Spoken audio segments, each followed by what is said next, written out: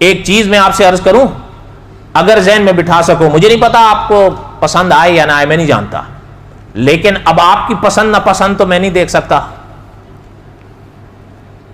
तफसीर मक्की में एक जुमला छपा है, जहन में बिठा लो। तफसीर मक्की में यह जुमला छपा है कि अगर अल्लाह न करे किसी मुसलमान को, किसी इंसान को आखिर में यानी मरते वक्त कफन नसीब ना हुआ किसी मजबूरी के तहत, फिर भी काम चल जाएगा।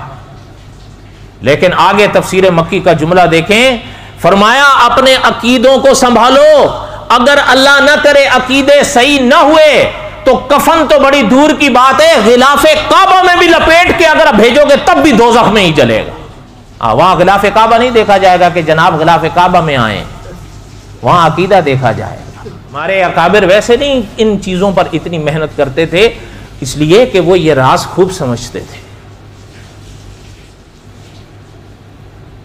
अच्छा, ये है निजात, कि निजात इंसान के अकीदे पर ठहरी है।